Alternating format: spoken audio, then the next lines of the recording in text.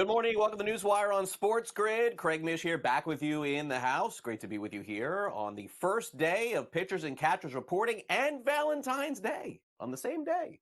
So happy baseball season. Happy Valentine's Day. And thanks for all of you for tuning into the show and watching here this morning or this afternoon, depending on where you're catching the show. Michael DeCourcy is going to join us in just a few minutes. We're going to go over the latest in college basketball, so make sure you stay with us for that. In addition, our friends from Legal Sports Report will contribute to the show. And also, how many people watch the Super Bowl, and what are the streaming options potentially for next season, regular season, and maybe even postseason? We are going to, I think, have a fascinating discussion coming up a little bit later in the show on that. So make sure you stick with us for the entire hour, 11 to 12. Simon Applebaum in about 30, 40 minutes. Michael DeCourcy about 10 minutes college basketball and the latest on sports betting as well. That's what we do every day here from 11 a.m. to 12 p.m. Eastern right here on NewsWire on SportsGrid. So let's get started. We'll start off with some football while we can because we're sort of running out of time on football. All right, the state of Nevada, they reported yesterday $186.5 million was bet on the Super Bowl. This is from the Gaming Control. It was the most bet on any Super Bowl in the state's history. There are approximately 182 sports books in Nevada, so a record-breaking number there, not a big surprise. And guess what? I know they said they lost some money there. The book said they lost some money. New hotel's going to be built in a couple of weeks. Trust me when I tell you. All right, latest in injuries in the NFL, especially out of the San Francisco 49ers. Eric Armstead's going to undergo surgery for a torn right meniscus. Initially had that in week 13. He missed the rest of the season. Ended up playing the whole postseason, by the way, through the injury, which is pretty crazy. The New York Giants have denied a request to meet with defensive lineman coach Andre Patterson. He's with the Dallas Cowboys. They're in the same division, so that sort of makes sense as well. How about the halftime show? Usher performed. Did you see it? You probably did, because 129.3 million viewers watched it. It was the most watched halftime show ever. And by the way, for those of you who are wondering, who is the favorite to win the MVP next year? Now, again, this is still very early. We haven't even started training camp or anything like that. But Patrick Mahomes over on the FanDuel Sportsbook is plus 650. Josh Allen is plus 800. I think the interesting name, by the way, to win the NFL MVP, C.J. Stroud, just 11 to 1 after his rookie season, opening up on FanDuel to potentially win the MVP. All right, ESPN and college football, they've agreed on a 6-year, $7.8 billion with a B extension, which is insane. That makes the network the home of the 12-team tournament through the 2031-2032 season. This is why kids are making money now playing college football in the NILs, when you're getting billions of dollars in TV contracts. Boston College is working towards hiring Tim Lewis as their defensive coordinator, longtime NFL assistant coach. In college hoops yesterday, another team in the top 10 gets upset. Last night, it was North Carolina. Syracuse with the win, final score 86-79. And it looks like Indiana State's return to the top 25 is going to be short-lived, because Illinois State upset them last night. And, of course, they were ranked for the first time in 45 years in the top 25 there. Okay, NBA, we're headed toward the fun this weekend, the All-Star break, three-point contest, dunk, etc., skills competition.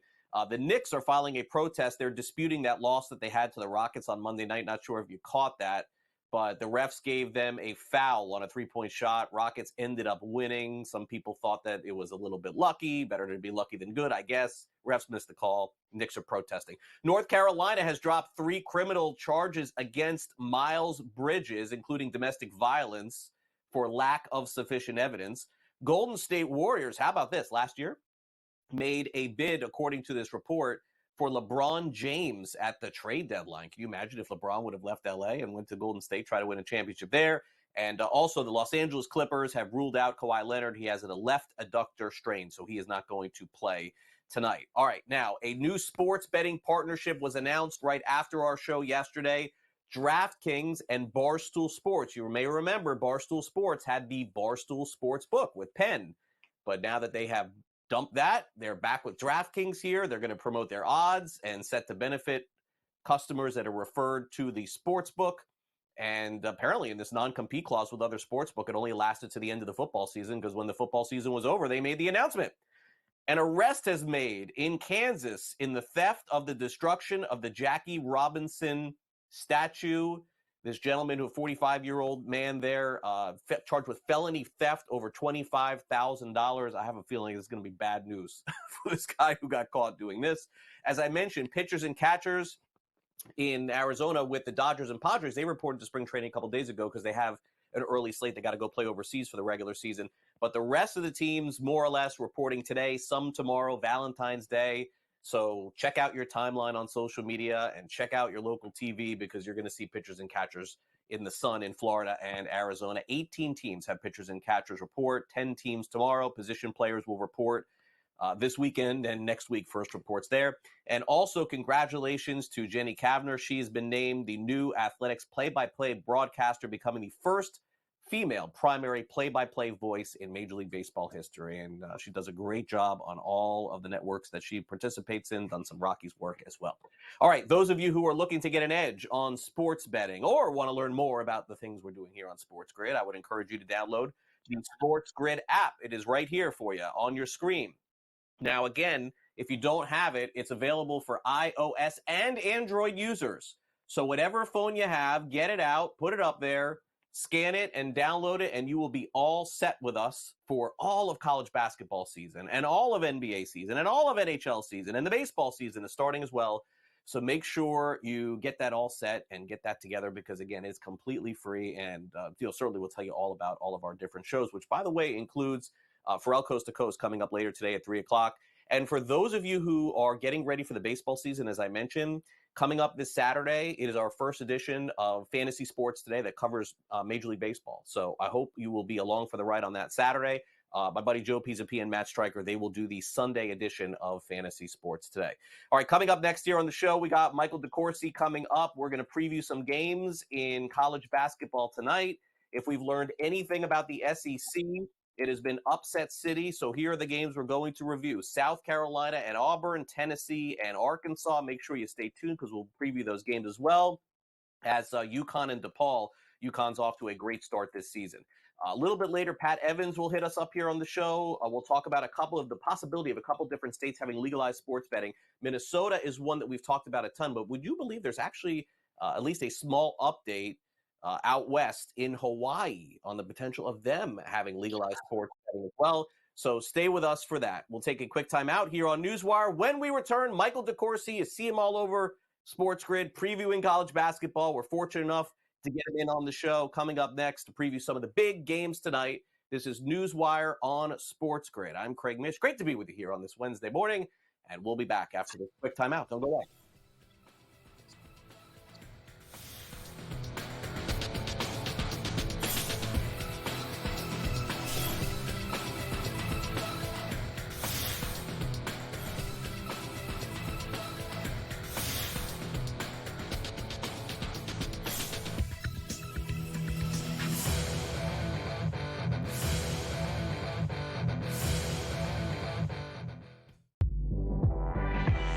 Another reason why they wanted the deadline is the number is 7. Those are the tradable first-round picks the New York Knicks have. And that could be something to look out for in the future. Does New York back it up and throw a ton of picks to a team like Dallas? Maybe in the future, they get Luka Doncic. Betting above the rim, only on SportsGrid. Over $200 million in the state of New York in sports betting, half of that going to the state. All thumbs up, I guess, across the board here, right? Yeah, New York just continues to be the standard bearer for the industry. People are betting a ton on NFL. We've still got March Madness coming up. This is really the prime time for the U.S. sports calendar with the NFL playoffs, Super Bowl, and then, college basketball, NBA, NHL in full swing. NewsWire, only on SportsGrid. What are you thinking overall, kind of first reaction here? Patrick Mahomes, his legacy. I don't know how far his drive is. Is his drive to become known as the greatest quarterback of all time? I don't think matching Super Bowls will really do that. I think there'll always be, the Brady people will always say, listen, it's a different era. Football full circle, only on SportsGrid. Your gut says Miami is going to win, and you should take the over. Your gut also said your NFT selfies would only go up in value. They didn't.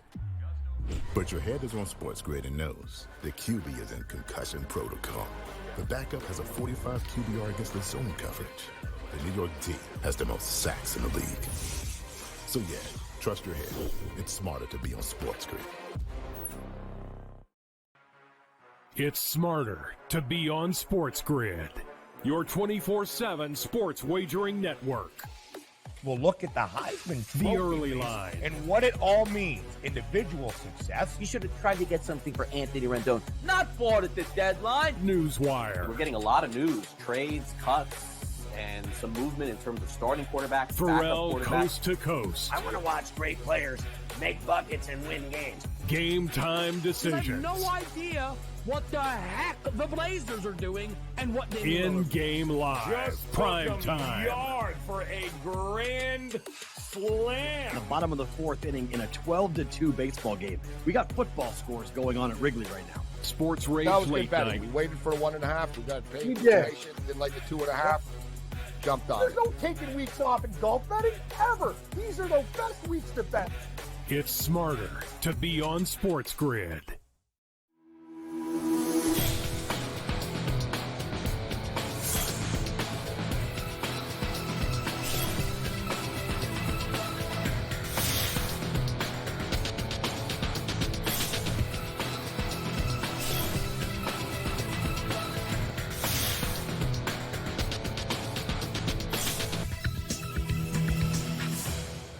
You can catch Michael DeCourcy on Pharrell Coast to Coast, covering our college basketball angles, giving you an edge on perhaps some of the things that are going to happen on the nightly slate. And of course, with football over, we got to have Mike back on to talk about what's going on in college hoops. We're getting ready for the NCAA tournament. Of course, conference tournaments coming up before that. Michael, great to have you back here on NewsWire. It's been a while. If I could reach out and give you a high five or shake your hand, I would do it, but you're a little far away. Thanks again for coming on. Oh, happy to do it, Craig. You know, you were talking about all the things that are happening this week relative to Valentine's Day and all of that. But for me, the most important thing is that I believe this to be the official launch of the bubble. I think any bubble watch or bubble discussion that you see prior to this is just conversation. This is when teams, as of the middle of this month, every victory for a team that is close to getting in or close to falling out, every victory, every loss means everything, as well as you have to pay attention to all those other teams that are in the same circumstance. Yeah, it makes a lot of sense. And again, as we head toward March, that's, sort of what we are here, just a couple of weeks away from that. Before we get into some games, I do want to ask you about this report that came out a little bit less than a week ago about Dartmouth and the National Relations Board determining that college athletes indeed are employees. Now, again, we've seen college players be paid now through NILs. And then the other part of that dynamic would be forming a union. And is Dartmouth going to lead the way here, Michael, or are they going to be the outlier? What do you think? I'm not sure where it goes, Craig, but I think this ruling is just trash. I mean, I don't think there's any better way to put it. I suppose there are better ways to put it, but that's what I came up with. Maybe more elegant or eloquent ways to put it, but it's nonsense. Dartmouth draws fewer than 700 fans to its home games. Its games are rarely, if ever, on national television. So we could have taken any high school in Indiana or any high school football team in Texas and made a more cogent case than this. It's clear that the NLRB wanted to do this, and it really didn't pay very much attention to the facts at hand. Dartmouth, by no stretch, are they professional relative to Division III teams or Division II teams. Their appeal is not broad. If this had been Alabama's football team, I would have taken it more seriously, but it does have the potential to have great impact. That other chapters of the NLRB or other organizations other state legislatures and things like that could take this and extrapolate it to those circumstances where we really do have very successful, appealing, and really well compensated athletic departments. So I don't know exactly how this will all work out. I know we had something of a similar ruling at Northwestern 7 or 8 years ago, and it didn't get very far. But the one thing I'll say, Craig, is that I know college football coaches are complaining all the time. To me, this is the sweet spot. I know that it makes their jobs more difficult, but for me, if I'm an athlete, this is as good as it gets right here, right now, because they get paid. They don't have to be employees of their colleges and all that entails. Once you're an employee, they pretty much have you. But as long as you have it where it is now, you have a lot more freedom, both within your current circumstance and to change that circumstance if it isn't working the way you wish. Yeah, this is one to follow. Again, it could be a game changer, or as you said, it could be trash. Find out which gets thrown out over the next few weeks. All right, so expect the unexpected has been the theme of the college basketball season, and very much so in the Southeastern Conference. We've seen upsets almost on a nightly basis, and the team right now to watch, honestly, has been South Carolina. They've been on fire, and I believe for the first time they're ranked in the top 25 since 2017. I remember that because they played at the Garden in the NCAA tournament, and I was there. I went to watch that game against the Gators, so I remember when they were very good. Now, Auburn obviously is good too. Now, if I'm not mistaken, Auburn's big favorites tonight over South Carolina. Maybe, Michael, you can explain to me why the line is what it is, why it is so big. Is South Carolina not really considered legit in this spot? Because how are two teams in the top 15 have a double-digit point spread here? It's wild because, Craig, when Auburn's at home, they have just been indestructible. They have crushed everybody that's walked into their building. And that I was just looking at this, and Alabama came in, lost by 18. Ole Miss came in, lost by 23. All of the last 4 SEC opponents that have come into Auburn's building have lost by double digits. So at that point, I'm like, okay, what's the line? And Vegas knows all those numbers too, right? They know them all. What makes it interesting is that South Carolina has played very well on the road. They have won their last 4 consecutive road games within the league. So they have. It's not been against, for the most part, the highest level of opposition. Tennessee being a significant exception to that. So whether they can overcome what Auburn has been in their building. Auburn at its best has been impossible to approach, but that almost exclusively has happened at home. I think that's what makes this such an interesting game, but also one I might be a little leery of stepping my toe into because of that disparity. Yeah, didn't realize how good Auburn was at home this year, but now it makes sense as far as the point spread is concerned. All right, Tennessee, I don't know that they'll end up with a number 1 seed. They may have to win the SEC tournament, but they're certainly going to be a top 3, I think, going in, provided they continue to play like they are. They're on the road tonight in Arkansas at Fayetteville, 8.5-point favorites, total of 150.5. Tennessee's been one of the hottest teams in the conference. And, certainly I think that they've had some missteps along the way. And I think that that's just the time of the year, Mike. You know how it is. Teams just are going to lose every once in a while. Anything in particular catch your eye with this game tonight? Tennessee minus 8.5 at Arkansas. For me, Tennessee has got a lot to make up for because they went down to Texas A&M and were non-competitive. It's not you're going to lose road games in the SEC. It's a great league. Even teams as good as Tennessee are going to do that. But they got embarrassed down there. And I think that's a factor in tonight. They're going to want to come back strong after that. Arkansas, not a successful team this year, trying to fight to be relevant, trying to fight to make progress, and maybe put themselves in a position they can go into the SEC tournament with the belief that they can make some noise, but they haven't been very capable. I would expect Tennessee to go into this game not only wanting to win, but wanting to make up for the absolute humiliation that happened on Saturday in College Station. And for that reason, I would believe a little bit in the Volunteers tonight. All right, so Volunteers minus the points. UConn's laying a big number tonight, number 1 team in the country, minus 24.5 at DePaul. They're also the odds-on favorite to win the NCAA basketball championship. 5 straight wins. Huge line tonight on the road, and certainly DePaul, as we know, they've had their struggles, changing coaches and the like. Any shot tonight they cover this number?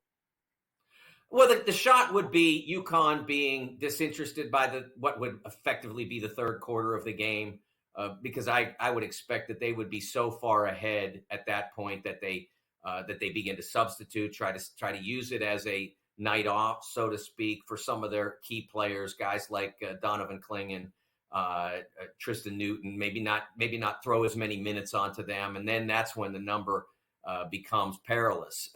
I don't know that there's a big enough number to put in between UConn and DePaul if UConn were to play 40 minutes all out. It's just they're that much better than DePaul at this stage. But I just can't. What makes me nervous about something like this is that idea that you just don't know how long UConn stays fully invested.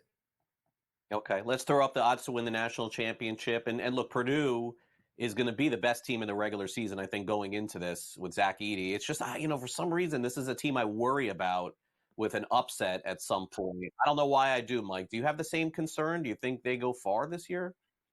Well, I think the reason you have that concern with Purdue is because it's happened the last 3 years, all to double digits. Once in the Sweet 16, the other two in the first round. So I understand the concern. I think they'll go deeper. Whether it's Elite Eight or all the way to the Final Four, I'm not sure. All right, Michael, thanks for coming on the show. We'll be right back.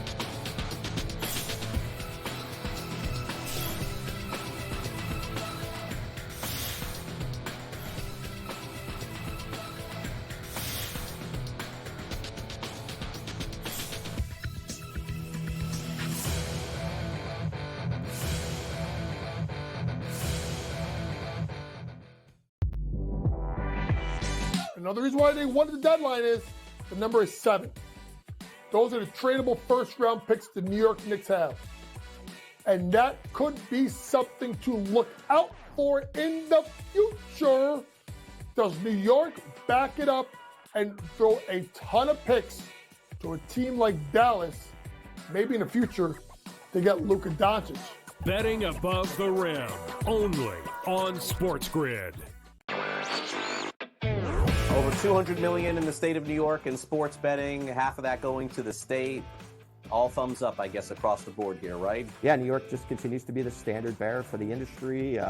People are betting a ton on NFL. We've still got March Madness coming up. This is really the prime time for the U.S. sports calendar with the NFL playoffs, Super Bowl, and then, college basketball, NBA, NHL in full swing.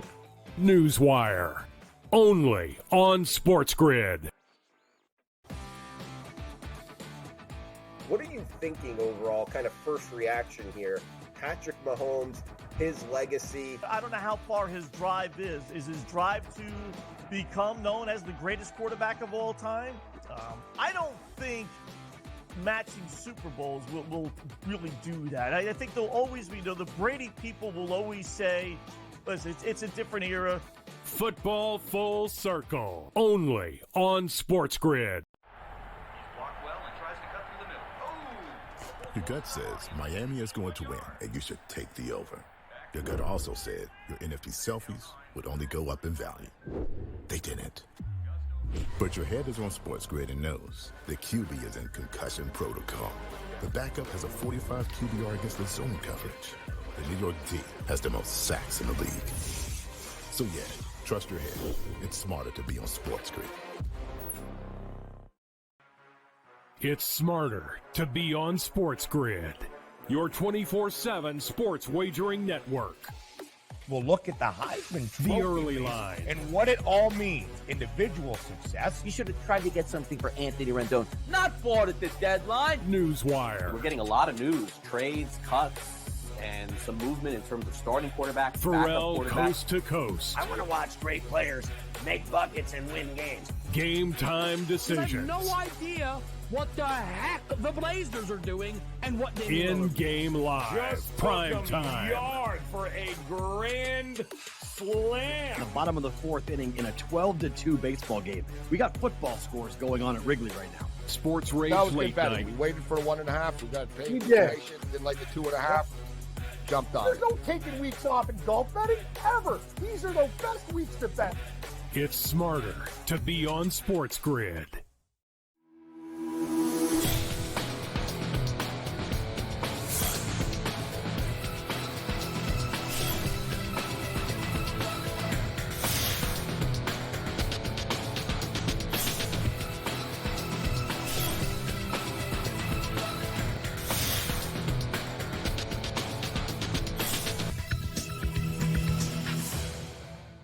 Welcome back to NewsWire. Our friend Pat Evans is with us from Legal Sports Report, the very latest on sports betting in Hawaii. Yeah, let's get to that. We bring in Pat. Of course, we're going to cover some other topics first. We'll save the most intriguing for last, Pat. Thanks for coming back here on NewsWire.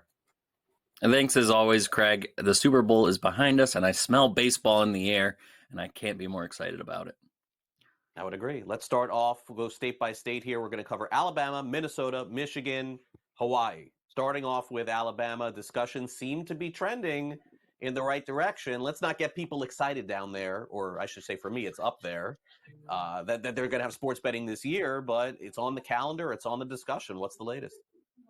Yeah, I mean, Alabama's an interesting state. I mean, obviously, their constitution has banned pretty much every form of gaming, and the public hasn't had a chance to vote to change the constitution in almost a quarter of a century.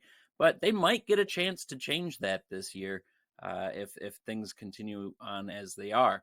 Heading into the year, the session started last week. Heading into the session just the week before, I had reported that the House has taken the lead, which is unusual because the House is normally where a Senate attempt has gotten over a couple of times and the House just let it die.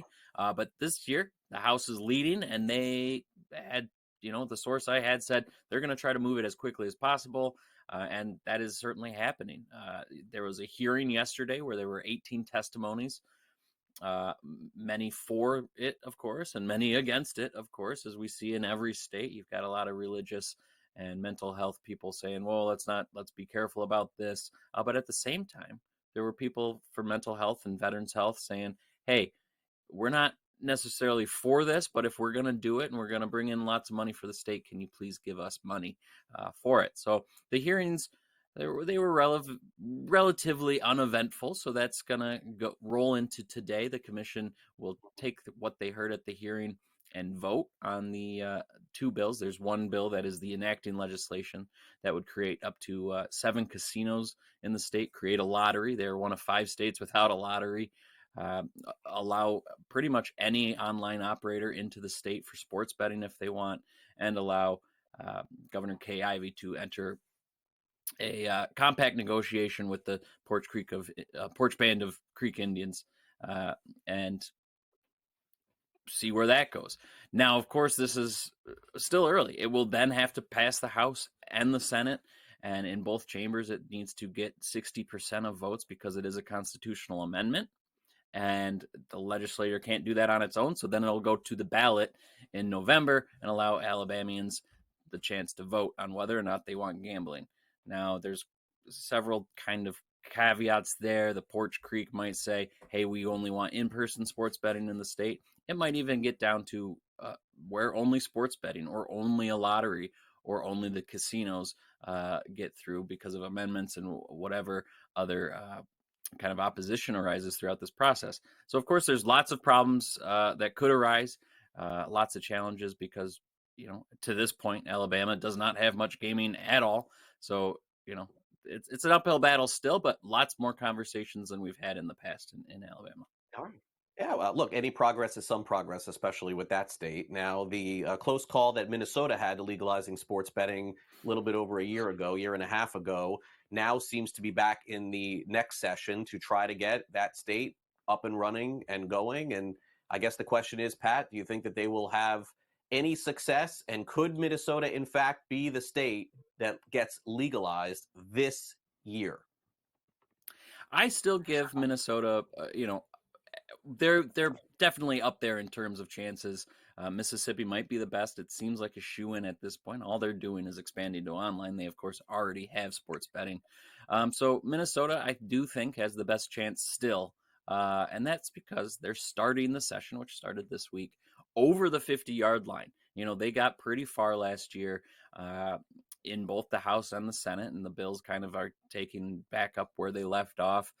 And, of course, there's another bill that's starting from Senate Minority Leader Jeremy Miller that also kind of puts a different spin on it. The problem there is, of course, the Republicans, which is Miller's party, wants to include the horse racing tracks. And the Democrat Farmer Labor Party wants to give the tribes exclusivity because they control gaming, and they've shut down, the whole shebang because of their ties to the politics in the state. And that's where we're left off, is there's a middle ground that there is a kind of a tug of war between the tribes and the tracks. The tracks, of course, want full participation, full online licenses. The tribes don't, but they have relented, and we left off last session with negotiations for a fee of sorts that the tribes would pay the tracks to give them exclusivity, and that's where we left off. And from all points, the negotiations were ongoing throughout the off season, if you will. We'll see where it picks up at this point. We'll probably get some committee hearings in the next week or two and see if we get updates from there. I'm talking to sources trying to figure out, where we're at and what have you, but the tracks are strong. The tribes are strong. It's still a tug of war, but again, we're over the 50-yard line to start the session. All right, good news there. All right, now the battle against the offshore sports books seemed to pick up some steam as soon as sports betting got legalized. We really don't hear a ton, honestly, Pat, about this. But look, there's more money to be made, I understand, by the legal sports books in the States if the offshores are eliminated. But Pat, have we really truly seen an effort to eliminate these? It feels like a lot of talk and not a lot of action just because of the difficulty of trying to stop the operators. Yeah, I don't think we've seen a full real effort yet. And the AGA, of course, has asked the Department of Justice for help of battling the offshore. And that's, first of all, let's just get that out there. The benefit of the regulated market is kind of shutting down the offshore shady operators, the ones who don't have to pay if they don't want to, the checks and balances and the safety, consumer safety nets and the like. That's the benefit of a regulated market. And Michigan has a ripe open market for both sports betting and iGaming. And Governor Gretchen Whitmer kind of has recognized that and seen the tax revenue that's bringing in. What she during her State of the State and proposed budget, she has her proposed budget has lots of probably, I forget the exact amount, but almost $10 million, I think. One going to helping the problem gaming, which, the known problem gaming issues do rise when you regulate sports betting. That's because the increase of available calls to the hotlines and whatnot. So she wants to increase the funding there and help kind of tamper that fire. And then, she also is allocating money to the offshore fight to give the Michigan Gaming Control Board ability to some extra funds to say, let's go get this and shut this down. And I think we're going to see that more and more across the states as we kind of see more and more mature markets like Michigan. And of course, this has to go through the House and the Senate of Michigan and go through that. Those could get stripped as anything happens in budget talks. But it's Governor Gretchen Whitmer kind of saying, these are important things that we need to use and kind of highlight and fund.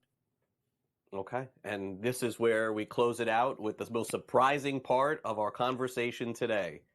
Could Hawaii get sports betting before California, Pat? I mean, I never would have thought we would have this conversation, but they're making some progress here. Now, again, I know it's probably going to get shut down and get struck down. A year from now, will be no discussion. But hey, we don't even hear any discussion about California. And here Hawaii is getting toward at least talking about legislating. Hawaii is one of those interesting states. With Utah, it's one of two that has zero forms of gaming. And, that puts it on the back foot to start in the first place. They do talk about it every year. There's always at least one bill introduced, whether it's, this year there's a bill to create one casino resort in Oahu. And then there's another bill to legalize online sports betting. There's a couple other bills that are floating around as well. But those two bills got through a committee. And that's the first time since 2019 that a bill to legalize any form of gaming has made it through a committee in Hawaii. And that's a big step. And, who knows where it goes at this point. I think there's still lots, as with Alabama, where, again, there's a very limited amount of gaming. It's an uphill battle. There's no doubt about it. Unlike some of these southeastern states that we're watching very closely this year, where there's a Republican majority, there's a Democratic majority in Hawaii, and it's a huge majority. And as we've talked about all the time with these states, it's a very bipartisan issue that you need support from both sides, because there's people on both sides who don't like it and people on both sides who do like it. And in Hawaii, it's so one-sided. you get a lot of Democrats, in the committee we were hearing, they're just worried about the effects of the, the unprotected, the poor people in the state, and the ways that this might prey on them. And they're worried about that. And that's always won out in the past couple of years. And it's even had, sponsors say, you know what, this is a bad idea. Let's not move forward. But this year it's moving forward a little bit. So Hawaii, it's going to be interesting. Huge uphill battle.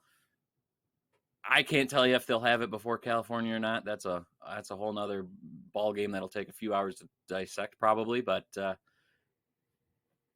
it's moving. That's one thing. That's one thing to take home. Yeah, well, in a direction, in one way, which is not usually what happens. All right, Pat, enjoy the rest of your week. Stay warm, and you and I will chat again next week. Thanks for coming on. Thanks as always, Craig. All right, Pat Evans, Legal Sports Report. Coming up next, we got our friend Simon Applebaum in our studios in New York. How many people actually watch the Super Bowl, and where will some of the streaming options be in the NFL next season? Tell you next.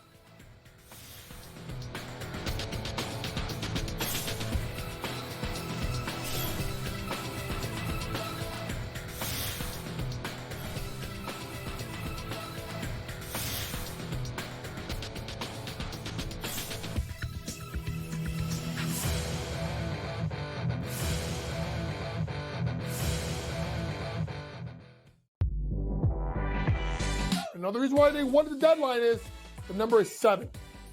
Those are the tradable first-round picks the New York Knicks have. And that could be something to look out for in the future. Does New York back it up and throw a ton of picks to a team like Dallas, maybe in the future, to get Luka Doncic? Betting above the rim, only on SportsGrid. Over $200 million in the state of New York in sports betting, half of that going to the state. All thumbs up, I guess, across the board here, right? Yeah, New York just continues to be the standard bearer for the industry. People are betting a ton on NFL. We've still got March Madness coming up. This is really the prime time for the U.S. sports calendar with the NFL playoffs, Super Bowl, and then, college basketball, NBA, NHL in full swing. NewsWire, only on SportsGrid. What are you thinking overall, kind of first reaction here? Patrick Mahomes, his legacy. I don't know how far his drive is. Is his drive to become known as the greatest quarterback of all time? I don't think matching Super Bowls will really do that. I think there'll always be, the Brady people will always say, listen, it's a different era. Football Full Circle, only on SportsGrid. Your gut says Miami is going to win, and you should take the over. Your gut also said your NFT selfies would only go up in value. They didn't. But your head is on SportsGrid and knows the QB is in concussion protocol. The backup has a 45 QBR against the zone coverage. The New York D has the most sacks in the league. So yeah, trust your head. It's smarter to be on SportsGrid. It's smarter to be on SportsGrid, your 24/7 sports wagering network. We'll look at the Heisman Trophy The early line. and what it all means. Individual success. You should have tried to get something for Anthony Rendon. Not bought at the deadline. NewsWire. We're getting a lot of news, trades, cuts, and some movement in terms of starting quarterbacks, Pharrell backup quarterbacks. coast to coast. I want to watch great players make buckets and win games. Game time You decisions. have no idea what the heck the Blazers are doing and what they In-game live. Just Prime took 'em time. yard for a grand slam. The bottom of the 4th inning in a 12-2 baseball game. We got football scores going on at Wrigley right now. Sports Rage That was good Late betting. Night. We waited for 1.5. We got paid We for did. information, didn't like the 2.5. Jumped on There's it. no taking weeks off in golf betting ever. These are the best weeks to bet. It's smarter to be on SportsGrid.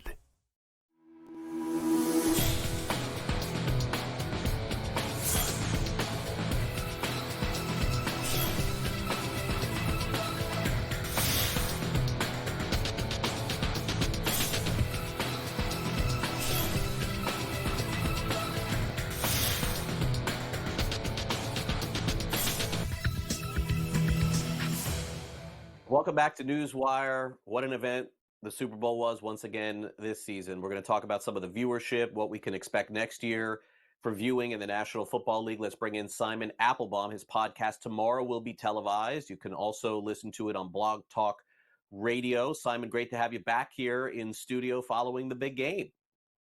Great to be back. We only had 3 inches, by the way, here in New York yesterday, and it's pretty much all gone. And yes, Super Bowl was amazing. Kudos, by the way, to the SportsGrid crew for their coverage all last week.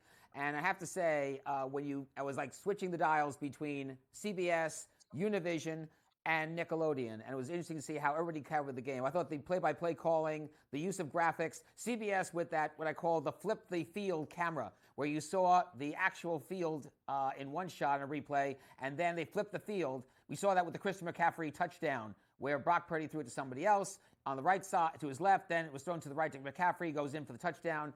Very, very well done. So kudos to all the people involved in making the coverage. One other thing, it was very interesting. You had Malcolm on earlier. And when it comes to college basketball on television, one of, I think, the biggest trends is women's college basketball. You are seeing a rapid increase in not only the games on broadcasting cable, but also when they're running. ESPN, CW, ABC have become Sunday afternoon women's college basketball. And Fox has become, for their primetime hoops on Saturday night, the Iowa show. And when you have Gus Johnson, who's one of the best play-by-play calls in college basketball, especially with buzzer beaters, doing Caitlin Clark games, you know that Fox seems to be on a winner. And incidentally, their ratings and their viewership has gone up every time that Caitlin Clark and crew from Iowa, whether they win or lose, are on Fox Saturday night. Yeah, no, I would agree. And look, the NCAA tournament's going to be fantastic. Okay, so let's get to the numbers here for the Super Bowl. Every year, the numbers go up as far as viewership is concerned. So I'm not surprised to see that that's the case again this year. Simon, do you have the exact numbers? Yes, we do. And there are some surprises. CBS alone, 120 million viewers. Guess who came in second? Univision. That's right, the Spanish language coverage, 2.3 million viewers. And what's more shocking about it is that Univision, at least in my mind, did not do a lot of ways to publicize this. There was only one press release that came a few days before. People know the play-by-play person was. I thought did a marvelous job when I caught it. There was no New York event or events elsewhere to promote it. For Univision to have what they had, despite the lack of publicity and promotion on their end, which is really shocking, was really marvelous. Nickelodeon's coverage, Noah Eagle, Nate Burleson doing a marvelous job with the SpongeBob SquarePants characters, live animation, right next to them in the booth, 1.2 million. That was also shocking, especially given the fact that on social media, there were actually people saying, hey folks, if you want a really wacky way to watch the game, go from CBS to Nickelodeon. They did a marvelous job. The animation, everything was great. And then you had Paramount Plus with about 200,000 viewers, which that was also a bit shocking. In terms of, as I said, the coverage, absolutely marvelous. Jim Nantz, I thought, did a marvelous job. Tony Romo, I think, really rebounded, especially at the end, where he showed how the safety on that last play for the touchdown in overtime went one way when he should have gone the other way, and it might have stopped that touchdown from happening from Mahomes to Hardman.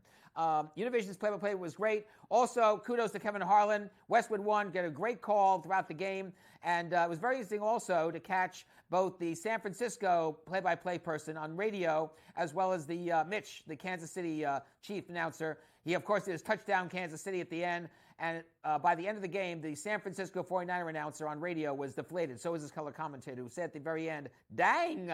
Really crazy. One other thing about the commercials. For me, I thought many of the commercials were dumb. They were stupid. They were badly done. A lot of these celebrity cameos didn't work. My favorite commercial was the Dove commercial dealing with women's sports, where you had all these flops of teenage girls to the Annie tune, It's a Hard Knock Life. Then it gets serious, where you have the stat on the screen saying that 46% of all teenage girls stop doing women's sports at the age of 15 or 16. And Dove then saying, hey, we want to support women in their teenage years to be part of sports, and then went very well. Ironically, the best commercial of the night was not on the Super Bowl, Craig. It was on the opening commercial break, the opening commercial for Tracker, the new CBS drama, which had 18.4 million people watching.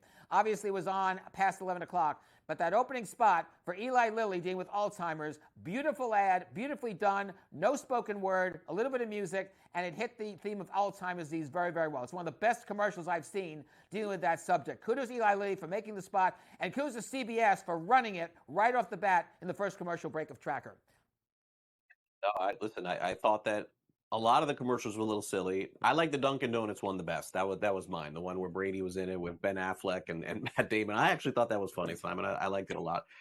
Okay, so what happened here? So did Peacock lose the rights to stream the NFL game next season and Prime steal it away with a financial windfall here, or was this just part of their contract? Actually, this was one where Peacock actually lost the game. The NFL decided, hey, we love the fact that Peacock got 23 million people. Let's take that game away from Peacock and let's sell it to Prime Video. It's very interesting, Craig, that Peacock in public has not made a hue and cry about this. They haven't said, oh, woe is us. We should have had this game for next season. Hey, look what we did with this game. We got 23 million viewers. For Prime Video, it's huge. And I would not be surprised if somehow, some way, the NFL decides, you know what, we got to make this up to Peacock. So maybe we'll give them a second regular season game or another playoff game on their own. What this does show is I think the NFL is going to be more and more toward having regular season games late in the season or playoff games on mega content services, whether it's Peacock, Prime Video, or someplace else. Roger Goodell has made it very clear, by the way, in his Media Day press conference last week, we are not under the current contract, going to put the Super Bowl on a mega content service or through a smart TV set or smart TV device. But they think they will definitely do more in terms of regular season games going on a Peacock, going on an ESPN2, going on a Prime Video. And I also think you're going to see, because of what Nickelodeon did and what Univision did, more alternative telecasts throughout the regular season and in the playoffs. And if I'm Univision, I talked to CBS immediately about trying to get a contract for regular season games on Sunday afternoons, or with Prime Video about getting Thursday Night Football regular season games. They are the only two packages that do not have Spanish language coverage on a weekly basis. So with Univision doing what they did, in spite of, like I said, lack of permissive promotion, I think they should put the iron in the fire and say to CBS and the NFL, we want a weekly package, and if we don't want it on Univision, we'll put on Unimas, our sister service, the way that Telemundo does with Sunday Night Football on Universo for most of the regular season. So keep your eye on Spanish language tele. I think they were a big winner last night, and I think you're going to see more Spanish language coverage on a weekly basis in the regular season and in the playoffs. All right, now the broadcasters next year are going to change on Fox as Tom Brady ends up joining the ranks here. And interesting, I thought that Tony Romo said that Tom Brady is going to make himself, like the best broadcaster that there possibly is out there with no experience, just like Tony Romo for a short period of time was really considered the best broadcaster in the NFL alongside Jim Nantz. But what we don't know is who he's going to be paired up with. But it definitely seems to be a pretty hot topic, Simon. Everyone wants to know, which team Brady's going to be on, and honestly, how good he's going to be in his first year.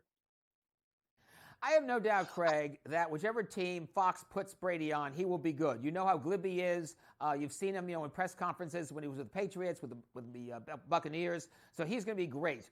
The question is, as you said, what team is he going to be on? Is he going to be on the number one team? Is he going to have to share the microphone, the analyst microphone, with Greg Olsen? Or will he be on the number two team with Joe Davis, who is really coming into his own, by the way, as an NFL and a baseball play-by-play broadcaster for Fox, whether he'll be paired with Darryl Johnson?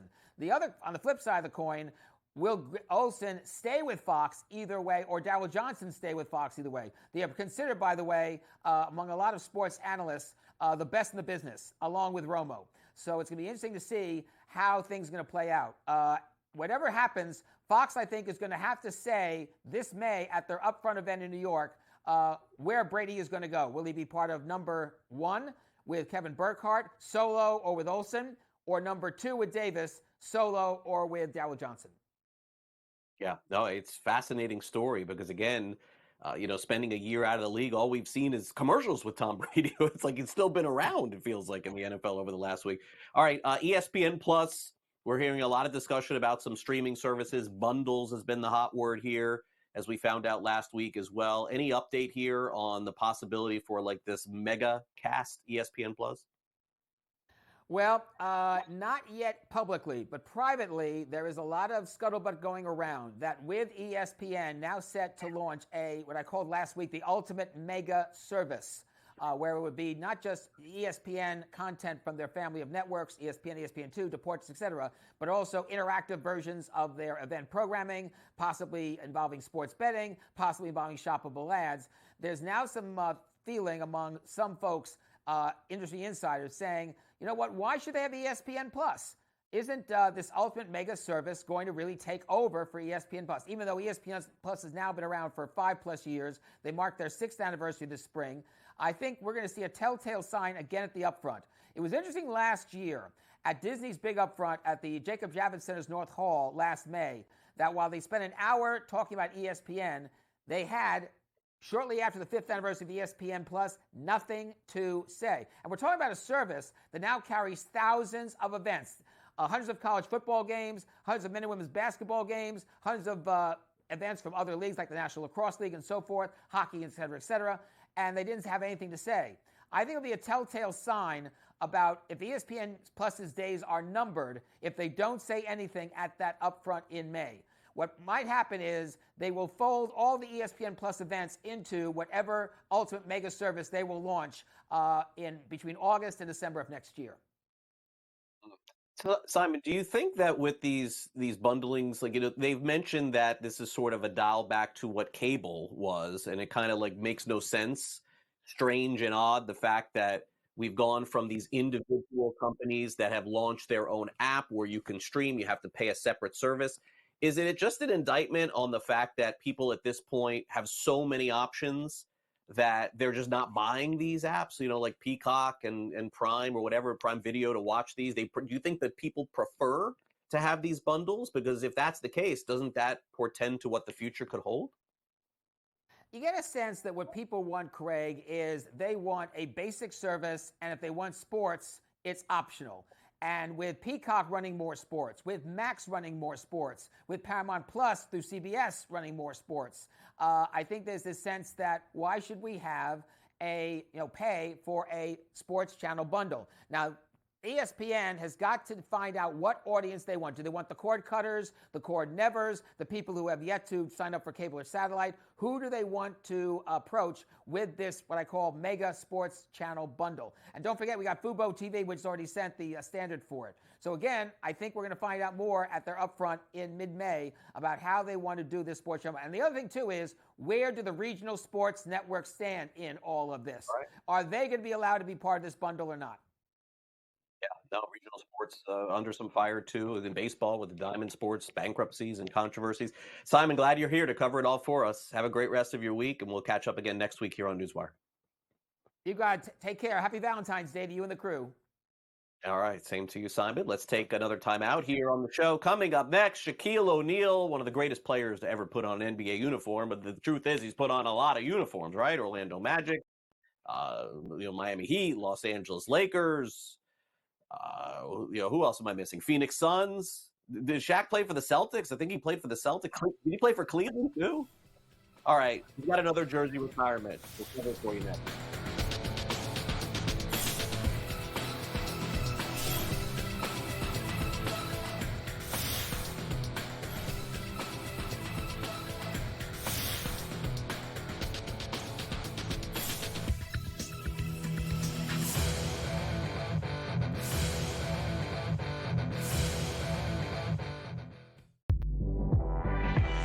Another reason why they wanted the deadline is the number is 7. Those are the tradable first-round picks the New York Knicks have. And that could be something to look out for in the future. Does New York back it up and throw a ton of picks to a team like Dallas? Maybe in the future, they get Luka Doncic. Betting above the rim, only on SportsGrid. Over $200 million in the state of New York in sports betting, half of that going to the state. All thumbs up, I guess, across the board here, right? Yeah, New York just continues to be the standard bearer for the industry. People are betting a ton on NFL. We still got March Madness coming up. This is really the prime time for the U.S. sports calendar with the NFL playoffs, Super Bowl, and then, college basketball, NBA, NHL in full swing. NewsWire, only on SportsGrid. What are you thinking overall, kind of first reaction here? Patrick Mahomes, his legacy. I don't know how far his drive is. Is his drive to become known as the greatest quarterback of all time?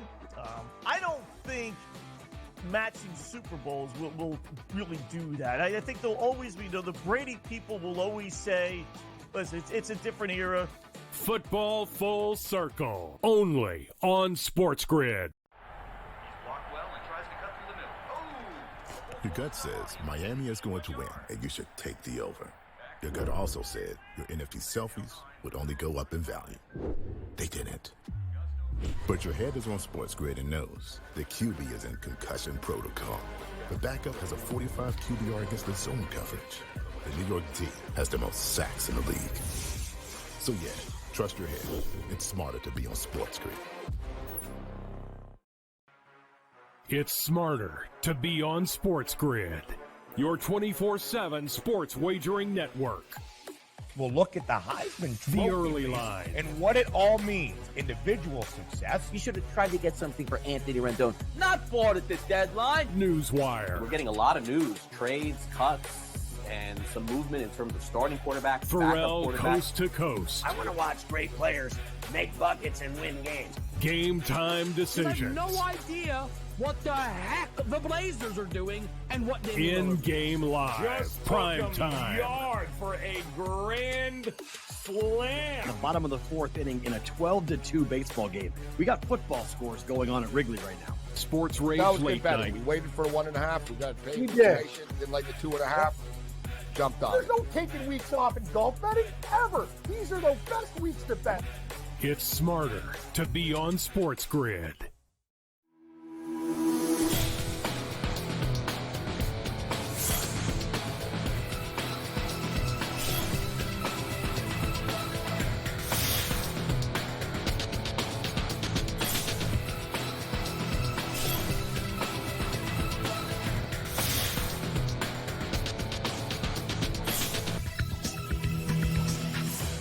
Welcome back to NewsWire here on SportsGrid. I had a chance to cover Shaquille O'Neal in person when he was a member of the Miami Heat. Always treated me very well, always a funny guy. Loved the fact that the Miami Heat retired his number. Loved the fact that the Lakers retired his number. And now the Orlando Magic are going to retire Shaquille O'Neal's number 32. It's where it all began. I was at Shaquille O'Neal's first game in the NBA. In Orlando, true story. It was Heat and Magic. I was at the University of Florida in Gainesville, drove to Orlando to see Shaq play. I also saw Shaq, our producer, Michael Cohen, he's going to feel really young, and I'm going to feel really old. I saw Shaq play in college in person when he was at LSU, and he played at the University of Florida. So I got nothing but good things to say about Shaquille O'Neal, but there are less than, I believe, 3 players in the history of the NBA that have had their number retired by 3 teams. So congratulations to Shaquille O'Neal. I don't think he's getting retired by Phoenix. I don't think he's getting retired by Boston. And so I guess let's just leave it at that. Orlando, Miami, LA. I think that's fair. And that's where we will end our show today. Thanks again to Simon Applebaum for coming on the program. Also, Michael DeCourcy for talking some college hoops, as well as Pat Evans from Legal Sports Report. And our producer today is Michael Cohen. I'm Craig Mish. A reminder, coming up 3 o'clock Eastern today, Pharrell Coast to Coast. Make sure you catch that. A lot of in-game live action tonight. Some huge matchups in college basketball, so make sure you check that out, as well as the slate in the National Hockey League. We got that coming back soon. NBA going on the All-Star break, and Major League Baseball with pitchers and catchers. In fact, we just got a report here out of the Astros camp in Palm Beach that Josh Hader is going to be the primary closer of the Astros this season. So Ryan Presley, who's been phenomenal for them from the right side, looks like he's the setup guy, and when Hader is available, he is the closer. Going to get all kinds of news like that throughout the week. We'll have it for you tomorrow as well. So I hope you enjoy the rest of your day. I will catch you on our next edition of NewsWire, which is tomorrow at 11 a.m. Eastern. And until then, so long, farewell. Hope you enjoy your breakfast or lunch wherever you are, and I will see you tomorrow.